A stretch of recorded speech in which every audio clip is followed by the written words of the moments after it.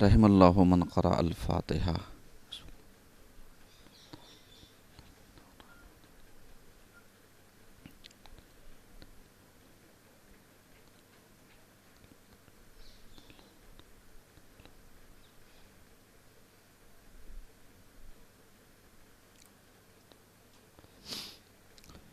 لا حول ولا قوة إلا بالله العلي العظيم۔ أعوذ بالله السميع العليم من الشيطان الرجيم۔ بسم الله الرحمن الرحيم۔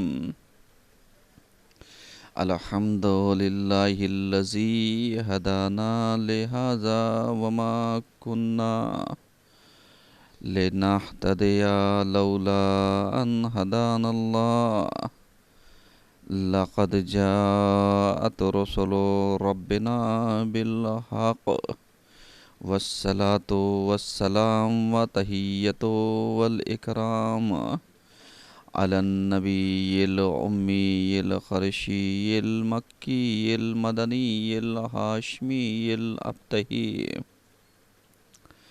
الرسول المصدق المحمود الأحمد أبي القاسم محمد صلى الله على محمد وعلى محمد وعلى آل بيت الطيبين الطاهرين المعصومين المظلومين ولعنة الله على أعدائهم أجمعين من الآن إلى قيام يوم الدين۔ أما بعد فقد قالت زينب سلام الله عليها ما رأيت إلا جميلا۔ صلوات محمد وعلى محمد صلی اللہ علی محمد۔ عزیزان گرامی، آج کے یہاں کے عزا خانے کی یہ چوتھی مجلس ہے، اور یہاں کے خمسے کا عنوان اہل حرم اور کوفہ و شام کے حالات، اس پر ہماری گفتگو چل رہی ہے۔ اگر آپ نے ملاحظہ فرمایا ہو اور غور و فکر کیا ہو تو جب بھی دشمن کسی شخصیات سے دشمنی کرتا ہے، چاہے وہ رسول ہوں، آل رسول ہوں، پیغمبر ہوں یا آل پیغمبر ہوں، جب ان سے دشمنی اپنے عروج پر ہوتی ہے تو ظاہر سی بات ہے کہ برتاؤ اہل حرم کے ساتھ کیسا ہوگا، جس کا جیتا جاگتا ثبوت کربلا اور اس کا پس منظر ہے۔ کیونکہ کربلا میں کتنی شخصیات تھیں کہ جنہوں نے اپنی قربانیاں پیش کیں، اور ان شخصیات کے شہید ہو جانے کے بعد ان کے اہل حرم کے ساتھ دشمنان دین اور اسلام نے یزیدیوں نے کیا کیا، یہ تاریخ گواہ ہے۔ میں اس لیے بار بار اس چیز کی طرف عرض کر رہا ہوں، توجہ دلانا چاہتا ہوں کہ آپ شخصیات کو دیکھیے اور اہل حرم کو دیکھیے۔ اور ابھی ہم نے اسی خمسے کی مجلس میں عرض کیا تھا کہ کربلا کے شہداء کی مصیبت صرف اور صرف عصر عاشور تک تھی، ظاہری اعتبار سے، لیکن اسیران کربلا کی مصیبت کہ جو صنفی نازک تھیں، جن کا تعلق صنف نسوانیت سے تھا، لیکن ان کے حوصلوں کی چٹانوں کو اگر آپ دیکھیے تو آج کے لاکھوں اور کروڑوں مردوں سے کہیں زیادہ یہ شکیبا، صبر آزما، بہادر، شجاع، نڈر اور حق پر ڈٹی رہنے والی تھیں۔ یہ امتیاز تھا اہل حرم کا۔ اگر آج ہم اپنے آپ کو ذرا سا کمپیئر کریں، موازنہ کریں، مقایسہ کریں کہ صاحب کربلا کی خواتین نے جو قربانیاں دیں ہم بھی دے سکتے ہیں، جو عمل انہوں نے کیا وہ ہم بھی کر سکتے ہیں، جو شہادت کربلا کے شہیدوں نے دی وہ ہم بھی دے سکتے ہیں۔ یہ کہنا بہت آسان ہے، اور اگر اس راہ میں اگر کوئی شہید بھی ہو جائے تو کربلا کے جیسا شہید نہیں ہو سکتا۔ اس راہ میں اگر کوئی اسیر بھی ہو جائے تو کربلا کے اسرا جیسی کیفیت اور حالت سے نہیں گزر سکتا،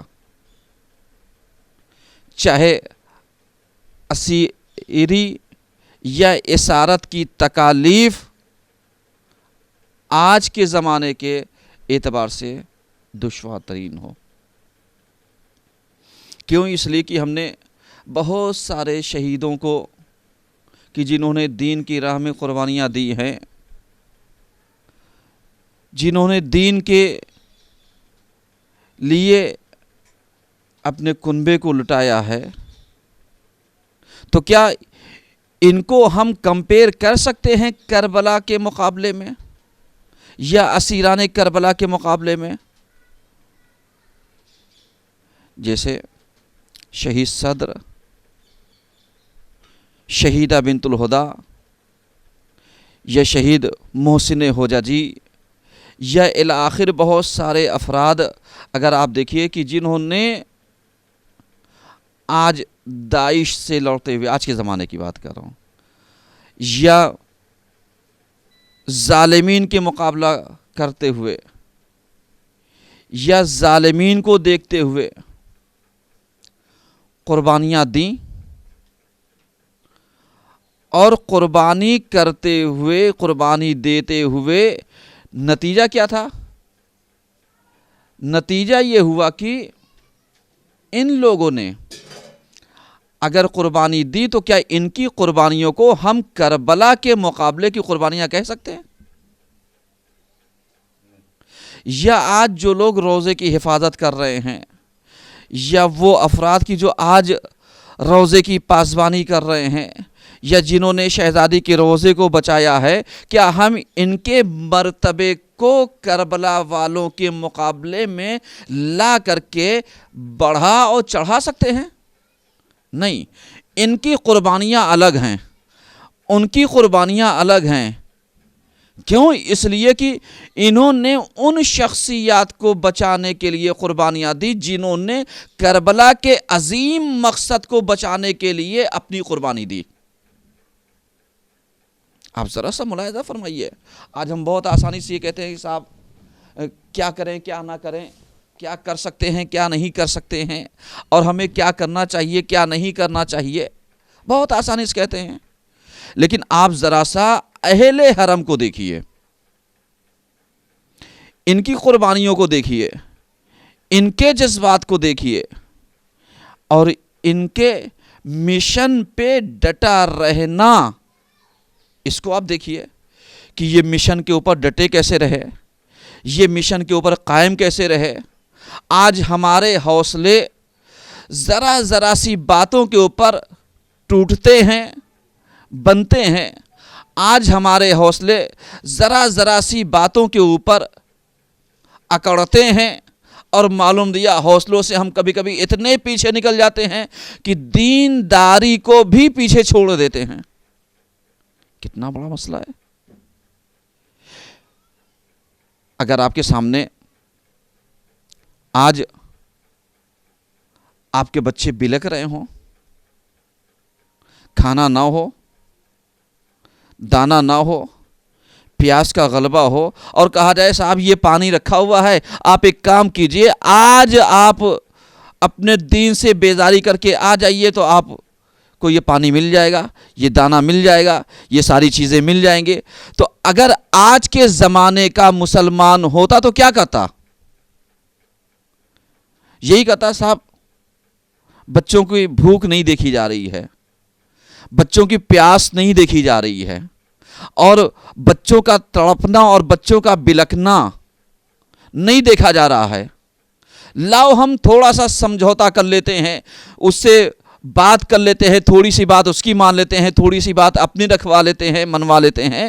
تو اس طریقے سے آج انسان جب کمپیئر کرتا ہے تو اس کا نتیجہ یہ نکلتا ہے کہ اگر ہم اپنے کو اس زمانے کے افراد سے یا وہ لوگ جنہوں نے قربانیاں دی تھیں ان سے کمپیئر کریں کہ صاحب اہل حرم نے کیا کیا تھا، انہوں نے قربانیاں کیا دی تھیں، آپ اندازہ نہیں لگا سکتے ہیں.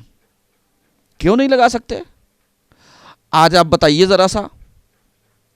میں آپ سے سوال کرتا ہوں، خدا نخواستہ کوئی آپ کے گھر کے اوپر چڑھائی کر دے اور مردوں کو شہید کر دے، عورتوں کو اسارت میں لے لے، عورتوں کا حوصلہ کتنا ہوگا؟ کچھ نہیں ہوگا. آج کے زمانے کے اگر عورتیں دیکھی جائیں، سب کی بات نہیں ہو سکتا ہے ایسی ہوں کچھ، لیکن اگر ان کے عزم ارادوں کو دیکھا جائے تو ہو سکتا ہے کہ مضبوط چٹان بھی ہو سکتا ہے بالکل حوصلہ شکن بھی ہو جائیں، ان کے حوصلے ٹوٹ چکے ہوں. لیکن کیا کہنا، اگر دیکھنا ہے تو کربلا کے اہل حرم سے وفاداری کا درس بھی لیجئے. کیسی وفاداری ہے بھائی؟ اس رائے شام نے جو چیزیں دیکھی بھائی، اگر ہمارا مال اسباب لوٹ لیا گیا، ہمارے رہنے کی جگہ چھین لی گئی، اور جو کچھ ہمارے پاس اسباب تھا اس کو جلا دیا گیا، باقی چھین لیا گیا، بھوکے پیاسے ہم ایسے، ہمارے پاس جو مرد حضرات تھے، ہمارے سرپرست تھے، سب شہید کر دیے گئے، اور ہماری حالت یہ ہے کہ ہم رسن بستہ ہیں، ہماری حالت یہ ہے کہ ہم بن کاٹھیوں پر اونٹوں کے بٹھائے گئے ہیں جن کے اوپر کجاوا بھی نہیں ہے. کیا حوصلہ ہوگا؟ آپ کہیں گے جناب زینب کی بات کیجئے تو کہیں گے صاحب علی و فاطمہ کا خون ان کی رگوں میں تھا تو انہوں نے صبر کر لیا. جناب امام حسین کی زوجہ جناب بے رباب امی اسحاق اور دوسرے، انہوں نے کیا کیا؟ وفاداری کا درس لینا ہے تو یہاں سے لو. اہل حرم اور واقع کوفہ و شام کے جو حالات ہیں اس کو ذرا سا سمجھنے کی کوشش کیجئے. کیوں؟ اس لیے کہ وہیں پر رباب نے جب دیکھا کہ میرا والی و وارث بیابان میں، کربلا میں، خون میں غلطہ، بے گور و کفن، بے غسل و کفن، تن پر لباس بھی نہیں، دھوپ کی تمازہ، شدت آفتاب اپنے عروج پر، اپنے حوصلوں کو یکجا کیا اور اپنے والی کے پاس آئیں. کہا والی یہ رباب آپ سے وعدہ کر کے جاتی ہے کہ آپ کا لاشا زمین کربل پر تمازت آفتاب میں پڑا ہوا ہے، شدت آفتاب کی گرمی سے یہ تپ رہا ہے. آج کے بعد سے رباب سائے میں نہیں بیٹھے گی. اس سے آپ اندازہ لگاتے ہیں، یعنی اس سے آپ اس محبت کے لفظوں کو، اس محبت کے کرداروں کو، ان محبت کی حقیقتوں کو لا کر کے ملائیے کہ جس میں جناب امام حسین علیہ السلام نے یہی کہا تھا کہ میرا دل نہیں لگتا ہے اس گھر میں جس میں سکینہ اور رباب نہیں ہوتی. یعنی عشق کی تکمیل اگر دیکھی جائے تو جناب رباب نے کربلا کے میدان میں اظہار کر کے بتایا کہ اس سے پہلے آپ نے اظہار کیا ہمارے عشق کا کہ ہمارا دل اس گھر میں نہیں لگتا جس میں سکینہ اور رباب نہیں ہوتی ہیں. یہ کیا تھا؟ یہ اہل حرم سے اظہار محبت تھی. یہ اہل حرم سے حد درجہ عشق تھا جو امام حسین علیہ السلام نے اظہار کیا تھا. لیکن کہیں پر جناب رباب سے جملہ نہیں ملا تھا. لیکن کیا کہنا جناب رباب کا جب اپنے والی اور وارث کو اس عالم میں دیکھا تو عہد کیا کہ میرے والی میرے وارث میں جا رہی ہوں، مجبور ہوں، میرے ہاتھ بندھے ہوئے ہیں، مجبور ہوں کہ میں اسیر ہوں، مجبور ہوں کہ میں کچھ کر نہیں سکتی، لیکن اتنا تو کر سکتی ہوں کہ اگر آپ کا لاشا زمین کربل کے اوپر بے گور و کفن پڑا ہے، دھوپ کی تمازت میں تپ رہا ہے، تو آج کے بعد سے رباب سائے میں نہیں بیٹھے گی. یہ عشق تھا جس کا اظہار رباب نے کیا. جناب سکینہ آپ اندازہ لگا سکتے ہیں 3-4 سال کی بیٹی اپنے باپ سے کیا کہے گی، اظہار کیا کرے گی. محبت کا بھی اندازہ لگائیے اور جناب سکینہ کی بے کسی اور بے بسی کا بھی اندازہ لگائیے. کیوں؟ اس لیے کہ جب تک ان چیزوں کو پڑھا نہیں جائے گا سمجھ میں نہیں آئے گا کہ ہوا کیا ہے. جناب سکینہ 3-4 سال کی بیٹی ہیں. اظہار محبت بابا سے کتنا ہے؟ اتنا ہے کہ باپ کے سینے کے بغیر نیند نہیں آتی. جب تک باپ کا سینہ نہیں ملے گا سکینہ نہیں سوئے گی. لیکن وہی سکینہ کہ جب اپنے باپ کو حالت بے کسی میں دیکھتی ہیں اور یہ دیکھتی ہیں کہ میرا بابا جانے والا ہے تو جناب سکینہ کیا کہتی ہیں؟ کہتی بابا ویسے پیار کیجیے گا جیسے آپ نے رقیہ کو کیا تھا. اس کا مطلب کیا ہے؟ اس کا مطلب یہ ہے کہ یہ مصائب کے جملے ہیں، لیکن جناب سکینہ کی عظمت کو پڑھنا چاہتا ہوں کہ جو باپ کی مصیبتوں کو درک کر کے اپنے رویے کو چینج کیا اور یہی کہا بابا ویسے پیار کیجیے گا جیسے رقیہ سے کیا تھا. اس کا مطلب کیا تھا؟ اس کا مطلب یہ تھا کہ سکینہ بتانا چاہتی ہے کہ بابا جیسے آپ نے کم سے کم رقیہ کو پیار کیا تھا ایسے سکینہ کو بھی پیار کر لیجئے. کیا سکینہ کو بابا کا پیار نہیں ملتا تھا؟ نہیں ملتا تھا، لیکن بے کسی کو محسوس کر لیا تھا کہ اب یہ جو میرا بابا جائے گا تو یہ اب واپس ایسی حالت میں نہیں ملے گا. اور کہا ویسے پیار کیجیے جیسے رقیہ کو پیار کیا تھا. اتنا آسان نہیں ہے جتنا آسان آپ سمجھتے ہیں. اور اس کے بعد اظہار محبت کے لیے صرف اور صرف تاریخ میں جو بیٹی ملتی ہے باپ کو تلاشنے کے لیے نکلی کون؟ خیمے جلے تو سکینہ کہاں ملی؟ آپ نے بہت سارے مصائب میں جملے سنے ہوں گے. سکینہ کہاں ملی؟ آ کر کے اس خرابے میں ملی کہ جہاں پر مقتل حسین تھا اور اس دھڑ سے لپٹی ہوئی تھی کہ جو حسین کا لاشا تھا. کیوں؟ تاکہ یہ بتا دیں کہ بابا جب تک آپ زندہ تھے آپ نے اپنا سینہ ہمیں دیا سونے کے لیے، لیکن اب آپ مجبور ہو گئے تو سکینہ چل کر کے آ رہی ہے آپ کے سینے سے لپٹنے کے لیے. یہ کیا تھا؟ یہ اہل حرم ابھی اسیر ہو کر کے یہ کوفہ و شام میں نہیں آئے ہیں کہ جو آپ اندازہ لگا سکتے ہو کہ کیا ہوا ہوگا کیا نہیں ہوا ہوگا. لیکن جناب سکینہ کو دیکھیے، بابا کے سینے سے آ کر کے لپٹی کتنا سکون ملا؟ سو گئیں. تاریخ ہی تو کہتی نا، سو گئیں. اور اس کے بعد جب جناب زینب تلاشتے ہوئے آئیں تو کیا ہوا؟ یہی تو ہوا کہ سکینہ اپنے باپ کے لاشے کو پہچانا کیسے؟ کہا پھوپھی اماں میں بابا کو آواز دے رہی تھی.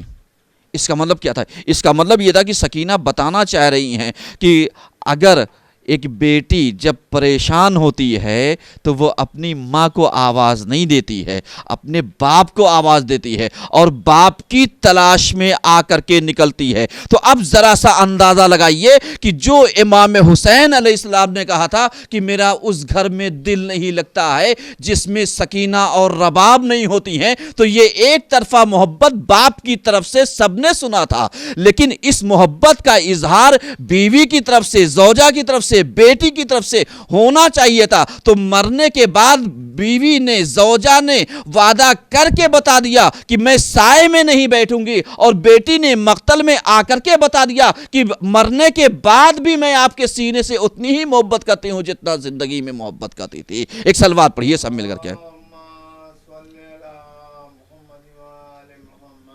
آپ غور کر رہے ہیں؟ یہ ہیں اہل حرم. اب ان کے ساتھ کیا بیتے گا؟ بہت سارے مصائب ہیں. اب ذرا سا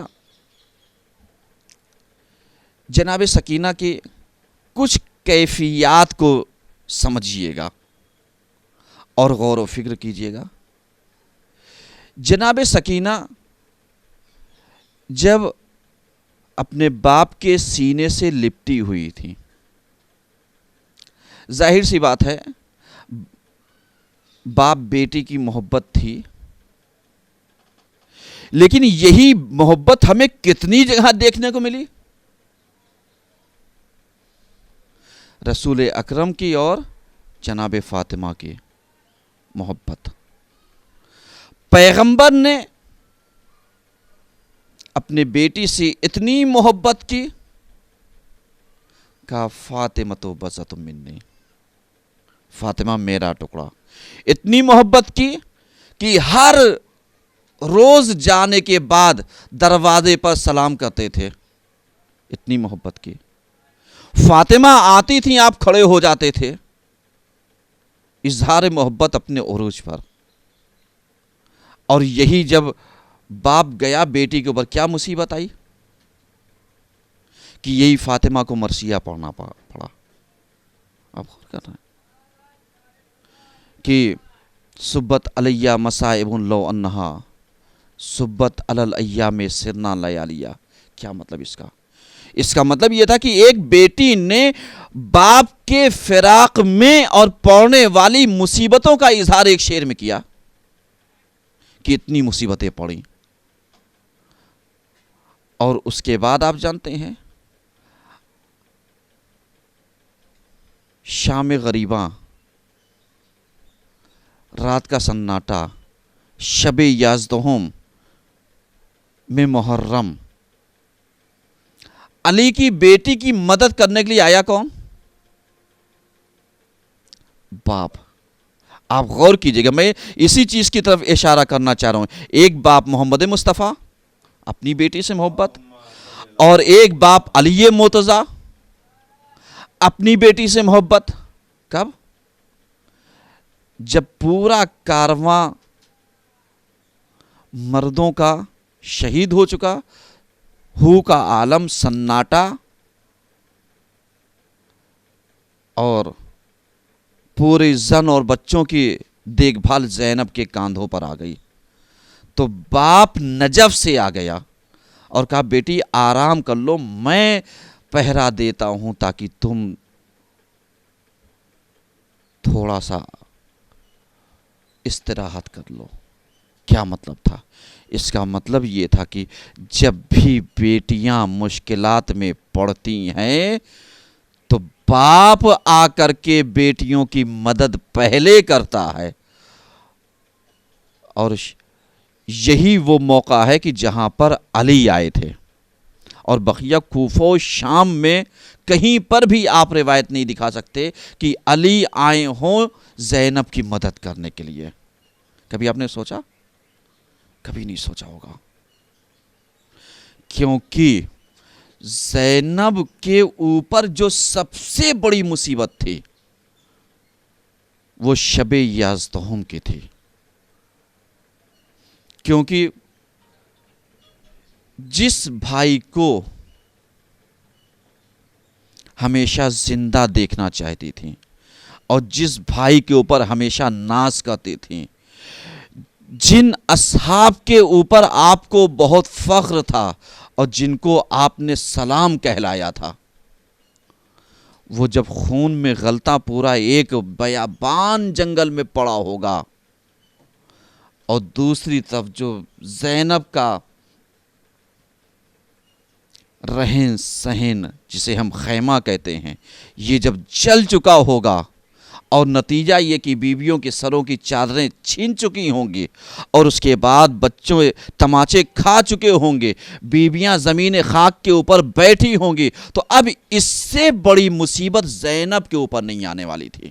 کیوں؟ اس لیے کہ زینب اگر ایک طرف نگاہ کریں تو پورا کنبہ زمین کربل کے اوپر خاک اور خون میں غلطاں ہے، اور دوسری طرف نگاہ کریں تو آپ کے ساتھ آپ کی بہنیں ہیں، آپ کی بچیاں ہیں، آپ کی بیٹیاں ہیں، معلوم دیا آپ کے رشتہ دار ہیں، عزیز و اقارب ہیں، آپ کی بھابیاں ہیں، اور ان کو دیکھیں تو ان کے سر کے اوپر ردا نہیں، تو اس سے بڑی مشکل زینب کے اوپر نہیں پڑ سکتی تھی۔ لہٰذا اب ایسے موقع پر باپ کو آ کر کے تسلی دینی تھی، بیٹی تو آرام کر لے۔ کیوں؟ اس لیے کہ اب علی آ گیا ہے، اور علی نے پوری رات پہرا دیا تاکہ بیٹی آرام کر لے۔ لیکن جیسے ہی 11 محرم ہوئی اور کاروان کی ذمہ داری امام سجاد کو دی گئی، آپ ذرا سا غور کیجئے گا جو بات عرض کرنا چاہتا ہوں، کیونکہ میرے لیے مشکل ہو رہا ہے پڑھنا یہ مرحلہ، کیونکہ مصائب سے فضائل کو پڑھنا بہت مشکل کام ہے، کہ مصائب کے جملے کو لا کر کے فضائل میں پڑھنا اور فضائل کی طریقے سے پیش کرنا یہ مشکل کام ہے۔ لیکن آپ ذرا سا غور کیجئے کہ جب 11 محرم کو قافلہ اسیر ہوا ہے تو اب وہاں سے جہاں سے سید سجاد کی اصلی ذمہ داری شروع ہوئی ہے، کیسے شروع ہوئی کہ اسیر بیٹا، جوان بیٹا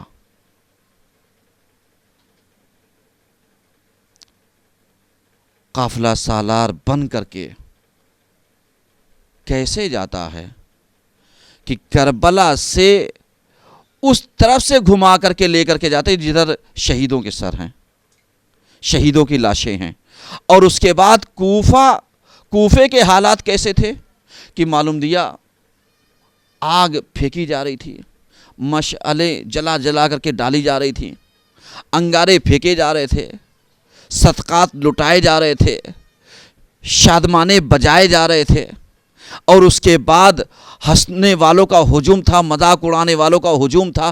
اب ایسے موقع سے سید سجاد گزر آئے، لیکن سید سجاد کو سب سے زیادہ تکلیف کہاں پر ہوئی؟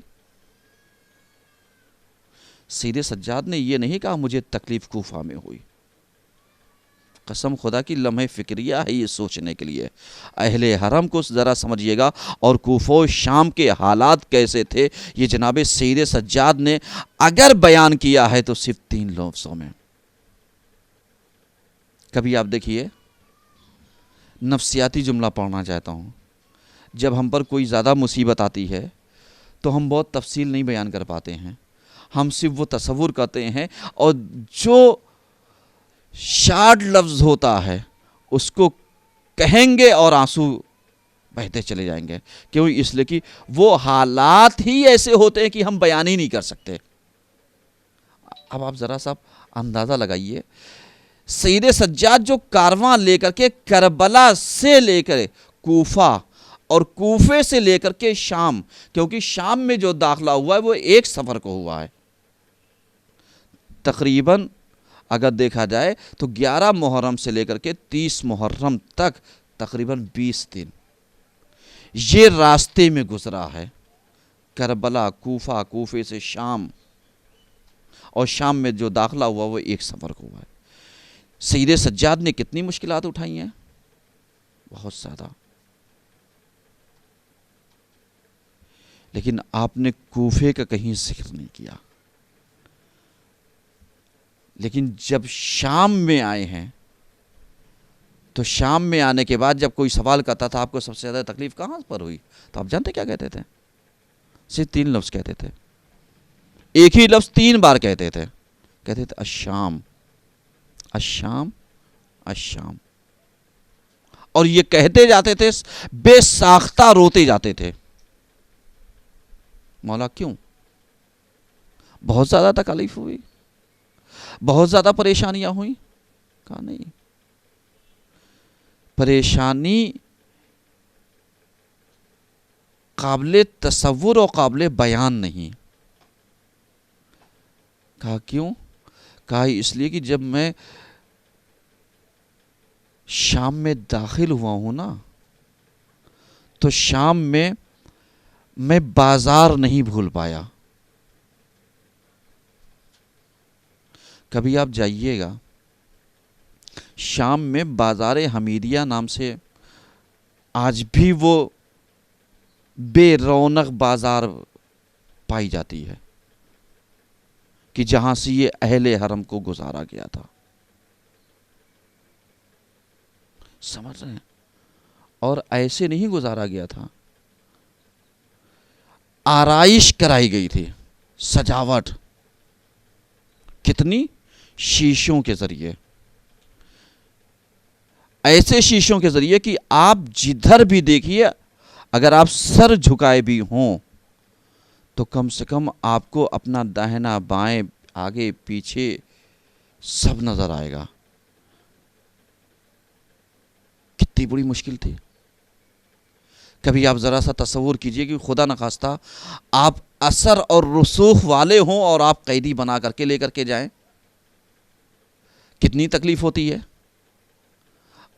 اور اگر ہلڑ ہنگامہ ہو اور یہ کوئی سامنے سے اعلان کرتا جا رہا ہو، یہ قیدی آ رہے ہیں، یہ بنی ہاشم کے قیدی آ رہے ہیں، یہ فلاں اور یہ فلاں اور فلاں، اور خاندان کا شجرہ بتایا جا رہا ہو، تو آپ بتائیے کتنی تکلیف ہوگی۔ آپ سر جھکائے ہوں گے، لیکن سر جھکانے میں بھی آپ کو آئینوں کے ذریعے، شیشوں کے ذریعے آپ کو سب نظر آ رہا ہوگا، ادھر والے کیا کر رہے ہیں، ادھر والے کیا کر رہے ہیں، یہ کیا کر رہے ہیں، وہ کیا کر رہے ہیں، اور آپ کو اپنا حلیہ جب دکھ رہا ہوگا تو آپ کو کتنی شرمندگی محسوس ہو رہی ہوگی۔ اور آپ ہی کو نہیں، آپ تو اپنی تکلیف برداشت کر لیں گے، لیکن اگر آپ کے سامنے اہل حرم ہوں اور ان کو بے مخنو چادر لے جایا جا رہا ہو تو آپ کیا کیجیے گا؟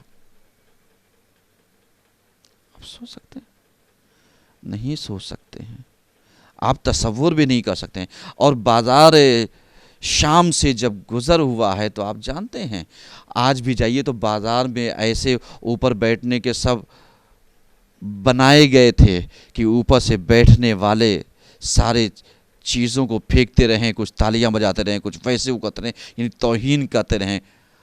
آپ ذرا سا ایک گلی سے گزریے، کوئی پانی پھینکے، کوئی کچھ پھینکے، کوئی کچھ پھینکے، کوئی کچھ پھینکے، کوئی اینٹیں مارے، کوئی پتھر مارے، کوئی نہیں۔ یہ سید سجاد کی وہ تکلیف تھی جو یہ بھول نہیں پائے۔ لیکن کیا کہنا زینب و ام کلثوم و رباب و رقیہ، ام لیلہ اور دوسری بیویوں کا، کہ جو واقعی داد شجاعت دی جائے تو کم ہے۔ ان بازاروں سے یہ ایسے گزری ہیں کہ آپ جانتے ہیں کہ یہ قیدی ضرور تھے لیکن چہرے پر جلالت کم نہیں تھی۔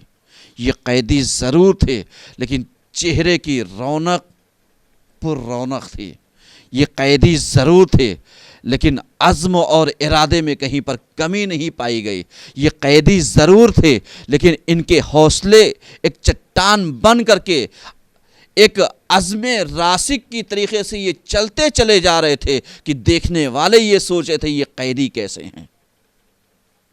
اس لیے کہ ہم تو قیدیوں کو بہت مضمحل، بہت مضطرب، بہت پریشان حال، بہت شرمحال، بہت شرمسار، بہت شرمندہ، بہت نادم ہم دیکھتے ہیں، لیکن ان قیدیوں نے ساری صعوبتوں کو برداشت کیا۔ نہ ندامت ہے، نہ شرمندگی ہے، نہ پشیمانی ہے، نہ اس میں لال کی کیفیت پائی جاتی ہے، ان کے چہروں پر کچھ نہیں پائی جاتی۔ اور اگر پلٹ کر کے دیکھ لو تو ان کے گفتگو کرنے کا انداز ایسا ہے کہ یہ آ کر کے حاکم کو ایسا للکار دیتی ہیں کہ وہی حاکم کہ جو اپنے کو یہ سمجھ رہا تھا کہ میرا بگاڑے گا کون کیا، مجھے کون کیا کرے گا۔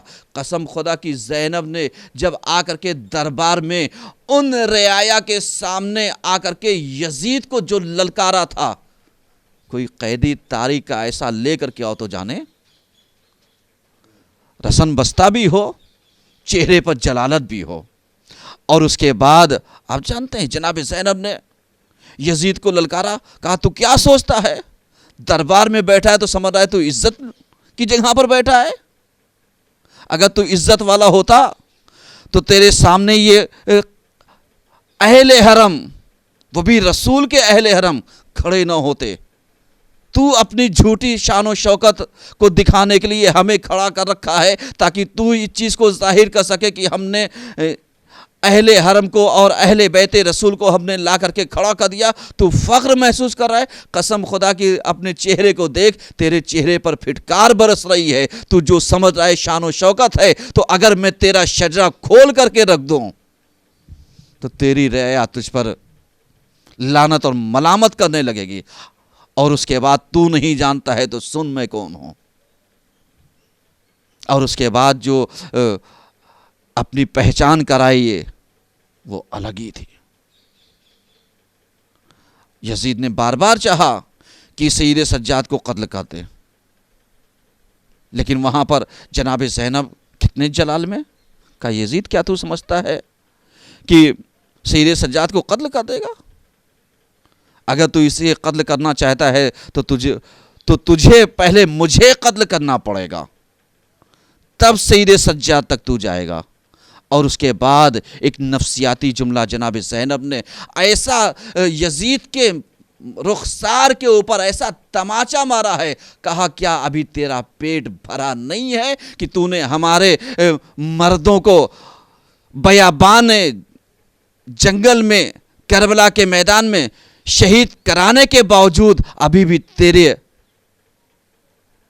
پیٹ نہیں بھرا کہ جو تو سید سجاد کے پیچھے پڑ گیا ہے کہ ان کو بھی قتل کرا دے؟ ابھی تیری بھوک نہیں مٹی، تیرا حسد کم نہیں ہوا، یہ بغض اور عداوت تیری کم نہیں ہوئی؟ ایسے جملے جناب زینب نے کہے کہ یزید دل ملا گیا، اور وہ کر بھی کیا سکتا تھا، کیونکہ زینب شیر دل تھی۔ اور اس کے بعد جب اس سے کچھ نہیں بنا تو وہ متوجہ ہوا سکینہ کی طرف، کہتا ہے سنا ہے میں نے تیرا بابا تجھ سے بہت محبت کرتا ہے۔ اب آپ ذرا سا سوچئے، کہاں محبت کرتا ہے تو امتحان لے لیتے ہیں۔ اب آپ ذرا سا اندازہ لگائیے کہ جناب سکینہ نے یتیمی کے داغ کو برداشت کرتے ہوئے، اسیری کے داغ کو برداشت کرتے ہوئے جب باپ کی محبت داؤں پر لگی ہوگی تو کیا کہا ہوگا، کیا سوچا ہوگا۔ اور آپ ذرا سا سوچئے کہ اگر ایک باپ اپنی بیٹی سے محبت کرے اور خدا نخواستہ باپ قتل کر دیا جائے، اور بیٹی سے یہ کہا جائے کہ اگر تمہارا باپ تم سے محبت کرتا ہے تو اس سے کہو وہ تمہارے دامن میں، تمہاری گود میں آ جائے۔ یزید سوچ رہا تھا یہ ناممکن کام ہے، اور اس سے سکینہ کی اور امام حسین کی محبت کی بھی توہین ہوگی۔ لیکن کیا کہنا، جناب سکینہ نے یہی کہا، بابا یہ یزید ہماری اور آپ کی محبت کا امتحان لینا چاہتا ہے۔ بابا آپ مجھ سے محبت کرتے ہیں نا؟ میں اپنے جلے ہوئے کوتے کو اٹھاتی ہوں بابا، آپ ان ملائن کے سامنے دکھا دیجئے آپ سکینہ سے کتنی محبت کرتے ہیں۔ طارق کہتی ہے تشت میں رکھا ہوا سر بلند ہوا اور آ کر کے سکینہ کی آغوش میں آ کر کے ٹھہر گیا۔ لوگوں نے دیکھا کہ ایک باپ اپنی بیٹی سے کتنی محبت کرتا ہے۔ آپ غور کر رہے ہیں، اہل حرم اور کوفہ و شام کے حالات ایسے تھے۔ بس آج میں تھوڑے سے 2-4 جملے پڑھنا چاہتا ہوں، بقیہ کل اصلی شہادت جناب سکینہ کی کل پڑھوں گا۔ لیکن آپ ذرا سا اندازہ لگائیے، آپ جلوس میں جاتے ہیں نا، کبھی آپ اپنی چھوٹی سی بچی یا بچے کو لے کر کے کربلا چلیے تعزیہ دفن کرنے کے لیے، تو آپ کا انگلی پکڑے ہوئے چھوٹا سا بچہ، یہ چھوٹی سی بچی ہوتی ہے، تو آپ انگلی پکڑے پکڑے چلتے ہیں، اور جب بچی تھک جاتی تو آپ کیا کرتے ہیں؟ گود میں اٹھا لیتے ہیں۔ لیکن اگر راستہ لمبا ہو ذرا سا تو آپ کیا کریں گے؟ آپ کہیں گے بیٹا آؤ تھوڑا سا اور، بیٹا آؤ تھوڑا سا، آؤ بھی، بس ہم لوگ پہنچے جا رہے ہیں، بس ہم لوگ پہنچے جا رہے ہیں، بس ہم لوگ پہنچے جا رہے ہیں۔ اور اس کے بعد آپ جانتے ہیں نا، کربلا کی مشی میں گئے ہیں، اللہ لے کر کے جائے، جو لوگ گئے ہیں خوشا بحال وہ لوگ۔ لیکن ذرا سا آپ اندازہ لگائیے، قسم خدا کی جب ویڈیو دیکھتا ہوں تو کلیجہ کانپنے لگتا ہے۔ چھوٹی چھوٹی بچیاں جب یا حسین کہتی ہوئی بڑھتی، اپنے چھوٹے چھوٹے پاؤں سے بڑھتی ہوئی جاتی ہیں، اور اس کے بعد جب چند کلومیٹر چل کر کے تھک جاتی ہیں، تو اس کے بعد یہی مائیں اور باپ یہی کہتے ہیں بیٹا آرام کر لیں، کہا نہیں ابھی اور ہم چلیں گے، ابھی اور وہی بچے تھوڑے سے، اور راستے میں آپ کا کیا کرتے جاتے ہیں؟ کہیں جوس دیتے گئے، کہیں دودھ پلاتے گئے، کہیں کچھ دیتے گئے، کہیں بسکٹ دیتے گئے۔ کیوں؟ اس لیے کہ یہ آپ کی نازنی سی بیٹی ہے نا۔ لیکن آؤ ذرا سا کربلا میں جب مشی کرتے ہیں، جب بچے تھک جاتے ہیں، آخری لمحے میں باپ کہتا ہے بیٹی آؤ چلو، تو بیٹی کہتی بابا پیر درد کرائے، اب چلا نہیں جاتا ہے، اب میں چل نہیں سکتی، تو آپ کیا کہتے ہیں؟ بیٹی تھوڑی دور ہو، اور ایک طرف سے آپ اپنے سامان کی ٹرالی کھینچتے جاتے ہیں، ایک ہاتھ میں گودی میں بچے کے لیے جاتے ہیں، چلتے چلتے پھر کہیں اتار دیتے ہیں، پھر کہتے ہیں بیٹا آؤ چلو، پھر وہ کہتے ہیں بابا تھک گئے، اس کے بعد پھر آپ ہاتھوں میں اٹھا کر کے، گود میں اٹھا کر کے لے کر کے چلتے ہیں۔ لیکن آپ ذرا سا اندازہ لگائیے، کربلا وہی کربلا جہاں سے سکینہ پیدل چلی تھی، اور اس کے بعد وہ کوفے تک آئی، کوفے سے لے کے شام تک گئی۔ لیکن آج آپ مشی کرتے ہوئے دیکھیے، وہی یعنی نجف سے لوگ چلتے ہیں، ایک نجف، اور بقیہ پورے عراق میں سب الگ الگ آتے ہیں، لیکن نجف سے چلتے ہوئے وہاں کے حالات یہ ہیں کہ جب آپ اپنے بچے کو لے کر کے چلتے ہیں، بچی کہتی ہے اب چلا نہیں جاتا، تو وہی عراقی ایک ٹریول گاڑی اپنے لے کر کے آتے ہیں جھولے والی، آپ کے بچے کو اٹھا کر کے جھولے میں بٹھا دیتے، کہتے اب اس کو ڈھکیلتے ہوئے لے کر کے چلیے، اور خود پہنچا دیتے ہیں۔ اب ذرا سا آپ بتائیے کہ جب آپ کی بچی چلتی نہیں ہے تو اس کے بعد آپ کو تکلیف کتنی ہوتی ہوگی۔ ارے اب سکینہ نے کربلا سے لے کر کے کوفے تک، اور کوفے سے لے کر کے شام تک کیسے سفر کیا ہوگا؟ ہاتھ پیر بندھے ہوئے تھے، ہاتھ بندھا تھا، گلا کسا ہوا تھا، اور جب اپنے بھائی کی طرف دیکھتی تھی، اے سید سجاد، اے بھیا مجھ سے چلا نہیں جاتا ہے، تو اب آپ بتائیے ایک مجبور بھائی، ارے جس کے ہاتھوں میں ہتکڑیاں، ارے جس کے پیروں میں بیڑیاں، ارے جس کے کمر میں لنگر ہوگا، جس کے گلے میں خاردار توق ہوگا، وہ اپنی پریشانی بھلا کر کے یہی تو کہے گا اے میری لاڈلی بھائی بہت مجبور ہے، اب مجھ سے نہ کہے، اس لیے کہ مجھ سے یہ دیکھا نہیں جاتا۔ تو اب سکینہ یہی تو صبر کرتے ہوں گی، اے پھوپھی اماں، ارے مدینے جانا کب نصیب ہوگا؟ کیوں؟ اس لیے کہ مجھے وہاں آرام مل جائے گا۔ اللہ اکبر۔ بس 2 جملے اور سن لیجئے، اس لیے کہ بس میں مصائب پڑھ چکا، لیکن ہاں آپ ذرا سا تصور کیجئے، سکینہ قید خانہ شام میں ہیں اور خرابہ شام میں ہیں۔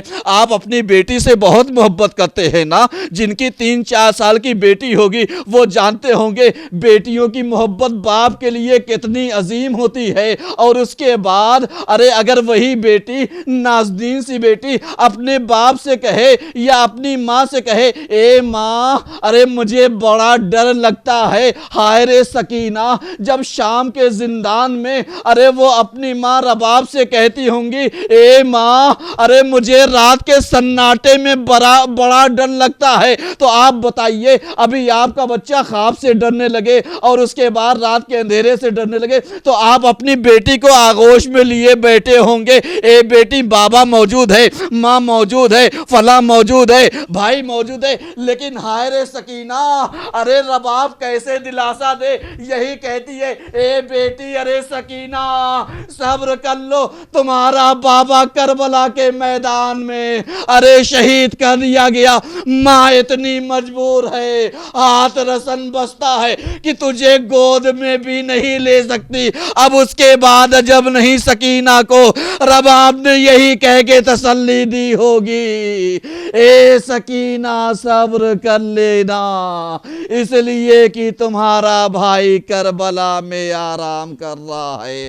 باپ کے پاس بھائی موجود, تمہارے پاس ماں موجود ہے. وَسَيَعْلَمُ الَّذِينَ ظَلَمُوا أَيَّ مُنْقَلِبٍ يَنْقَلِبُونَ الہی بحق الزہرا وفاطمۃ وابیہا وبالہا وبنوہا. پروردگارہ ہماری اس قلیل سی عبادت قبول فرما لینا. پروردگارہ ہمارے ان آنسوؤں کو رومال سیدہ میں جگہ عنایت فرما دینا. پروردگارہ ہمارے ان آنسوؤں کے طفیل میں جتنے بھی مومنین مومنات یہاں پر موجود ہیں یا وہ لوگ جو آن لائن دیکھ رہے ہیں, پروردگارہ ان سب کی دلی حاجات کو پورا فرما دینا. پروردگارہ ہم سب کو روزہ شام اور جناب سکینہ کا روزہ یا اس کے علاوہ کربلا کی زیارت نصیب فرما دینا. مولا ہمارے امام کے ظہر میں تاج عطا فرما اور ہم سب کو ان کی آوان و انصار میں شمار فرما.